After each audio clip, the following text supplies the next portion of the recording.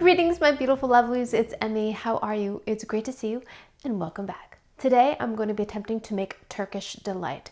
It is a lovely confection that comes from the Middle East. It's got a bouncy kind of gel-like texture. It's often flavored and scented with rose water or vanilla or orange blossom, and it is absolutely lovely. The first time I had it was, I believe, in Emmy Eats Turkey from my Emmy Eats series, when lovely viewers sent food from all around the world for me to taste and try. I'll put a playlist link down below in case you've missed those videos. They were some of the funnest videos I've ever made. At any rate, it is lovely. It has a lovely texture, and the reason why I'm making it today, although many of you have requested this recipe since almost the beginning of this channel, I am making it because I just completed this book with my kiddos. This is C.S. Lewis's The Chronicles of Narnia. This is The Lion, the Witch, and the Wardrobe. This is book number 2 from the series of 7 books. We read this, enjoyed it very, very much. We are actually going back and reading book 1 right now. And in this book, the character of Edmund essentially betrays his family because of enchanted Turkish delight. So this delectable sweet is so good that it is enough to betray your family. Granted, it was enchanted. Yes, the White Witch did enchant it, but that is Turkish delight. I really want my children to try it, and I've always wanted to make it. So it's a perfect opportunity to do that today. So let's go ahead and get started. So the recipe I'm going to be adapting today comes from Shazia's recipes. I'll put a link down below. I also watched Binging with Babish's video. I'll put a link to that video as well. And let's go ahead and get started. Now this recipe does take a bit of time, so let's just jump into it. Lots of sugar, lots. It's about 4 cups. Now, all the recipes I saw, whoa. This happens to be unrefined sugar, but all the recipes I saw use regular old white refined sugar. This is just what I happen to have. To that, we're adding some water, 1.5 cups of water. And we are making a syrup here, and we're gonna add some lemon juice, the juice of 1 lemon. I'm using my hands so I can strain out the seeds. Okay, so we're gonna bring this up to a simmer. I'm just gonna give it a little bit of a nudge, just so that I know that the water is at the bottom of the pot. I don't want to stir this around too much because I don't want this to crystallize. So, just gonna bring this up to 240 degrees. I have to set my timer on here, or my temperature. So I really like this probe thermometer. I'm gonna set the temperature to 240 degrees, and then it will beep when it gets to that temperature. Really great. Except I can't hold it down to change the temperature, so this is annoying. I have to keep pushing this. Okay, so the thermometer is set. We're also going to be cooking up some cornstarch, but I'm going to wait till my syrup comes to temperature before I do that. But we can go ahead and mix everything in a big nonstick pot. Now, you can opt not to use a nonstick pot, but I think this will make it easier if you have a nonstick one. Into here, we're gonna add some cornstarch. This is a big cup of cornstarch. Cream of tartar, which is tartaric acid. I'll make it a little bit tart. And water. I'm gonna use a silicone whisk because I don't wanna scratch my pot. I'm just gonna stir this to combine the cornstarch and water. It's creating oobleck. It's like a solid at the bottom of my pot. Have you ever made oobleck before? It's super fun. It's a non-Newtonian substance. So if you hit it, it acts like a solid. It's very firm. But then if you just hold it, it just flows like a liquid. It's pretty marvelous stuff. Kids love it. Any opportunity to make a mess. So we're just gonna dissolve that. It's probably gonna settle again. Cornstarch is ready to be cooked, but I'm gonna wait until my syrup comes to temperature first. Okay, my lovelies, we are almost to temp. Oh, we are at temp. I'm gonna kill the heat. So this is bubbling, and as you can see, I did have to change my saucepan because I had some major bubbling. So make sure you err on the side of using a larger pot if you make this recipe, because it does want to bubble over, and you need plenty of room for it to bubble and boil to get rid of that extra moisture. Okay, so we're at 240 degrees, softball stage, and now we can set the syrup aside. Now we are going to cook our cornstarch mixture. Put this on medium heat. For this, we're going to stir this, and we're going to want to stir this constantly once it thickens up, because it will thicken up pretty quickly. I didn't realize that Turkish Delight was vegetarian. The thickener in here is cornstarch rather than being any kind of gelatin, which I thought initially was what it was. Oh, I forgot to tell you the time on my timer was more like 20 minutes rather than the 10 to 15 minutes. So I would definitely recommend using a thermometer. If you don't have one, of course, you can just do the softball stage test. So what we're looking for is this to look like paste, like literal glue paste. And at that point, we're going to start adding our syrup. And here we go. Here we get into that paste stage. See that? Look at that. It's getting kind of translucent, very glossy.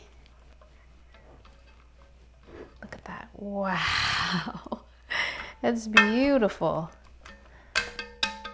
I'm now switched to a spatula. That is beautiful. Look at that consistency. Okay. Now that we're at this smooth kind of paste consistency, look at that. Look, that's gorgeous. Alrighty, so now we can start to add our syrup. Bring this closer. I'm just going to ladle in one at a time the syrup and incorporate that in until we get all the syrup combined into this. And we want to do this kind of slowly because everything is hot, but also because the syrup will combine more readily if we do a little at a time. So we've added all the syrup, and now it's a matter of just cooking this down very gently on a low heat for 45 minutes. So we are back after cooking our Turkish Delight for 45 minutes on the lowest possible heat, stirring pretty regularly so that it doesn't stick. It almost looks like a taffy or something. Look at that, beautifully thick and gorgeous golden color. Look at that. Isn't that beautiful?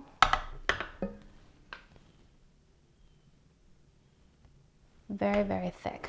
Okay, now we're going to add our flavoring, and I'm going to use a traditional flavoring. I'm going with 1 teaspoon of rose water. Whoa, 1 generous teaspoon of rose water. The reason why we're putting the flavoring in now is so that it didn't get all cooked out with all that heat. We want to preserve that lovely fragrance and flavor. And now I'm going to add a few drops of food coloring. This is red, but it's going to be more of a pink. There's about 4 drops. Let's see what color we get. Oh, that rose water is so fragrant. So I've got a baking pan here lined with some parchment paper and that I've liberally oiled because we don't want this to stick. I think it might be easier just to dollop it. Well, I don't know. It's not very pourable, so let's just try scooping it. Wow. I'm using a couple silicone scrapers here.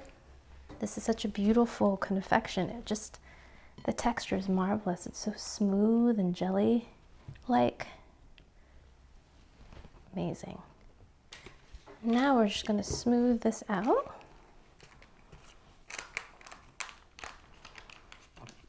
And let this cool. Alrighty, my lovelies, I'll see you in a bit. We can finish our Turkish Delight and finally give it a taste. Alrighty, my lovelies, I am back. It's been a couple of hours since we made the Turkish Delight, put it in the pan and let it cool, and it is firm enough to slice. So let's go ahead and do this. So on this tray here, I've got a combination of powdered sugar and cornstarch. So 2 parts powdered sugar to 1 part cornstarch. That's going to help keep things from sticking. Wow, look at that.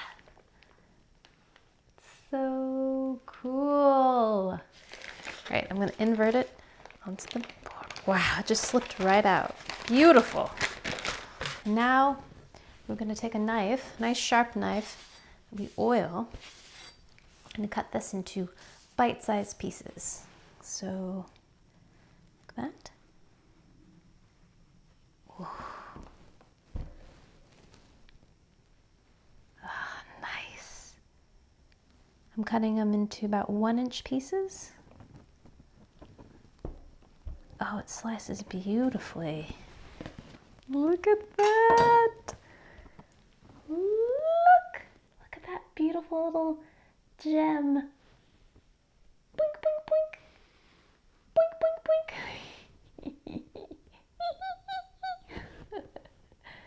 Isn't it gorgeous? Wee, wee, wee. Love it. It's amazing. Look, and it bounces. Wow. Okay, keep cutting this. Now that we have everything cut up into cubes, we're just going to gently roll it in the cornstarch and powdered sugar, just to keep everything from sticking. There's plenty of sugar in this, so it's not like they need to be any sweeter, but just to keep them from sticking.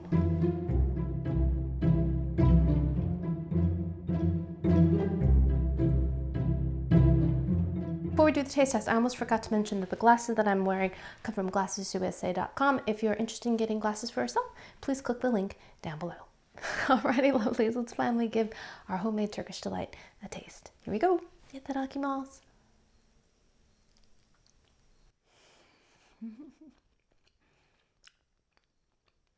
It has a very luscious, smooth, yet soft texture, but not nearly as bouncy as I expected them to be. When you see them on the plate like this, they look very bouncy and they bounce and they jiggle.